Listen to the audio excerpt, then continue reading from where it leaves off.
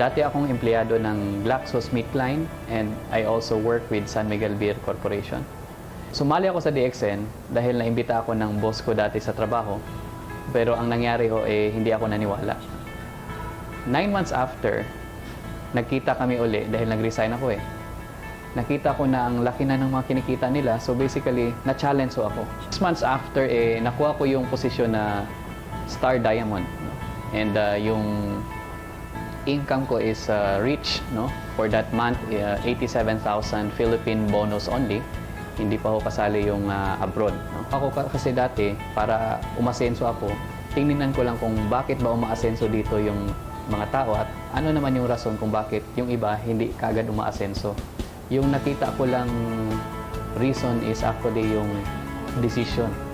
Kasi yung iba, nakapag-decide kaagad na gagawin. Yung iba naman, mas tumatagal. So, ang pinaka-the best, kung nakita mo na kaya mo, gawin mo kaagad. Kasi dito yung mga umaasenso, they decide right away. Pinaka-importante dito, mag-imbita ka rin ng maraming tao.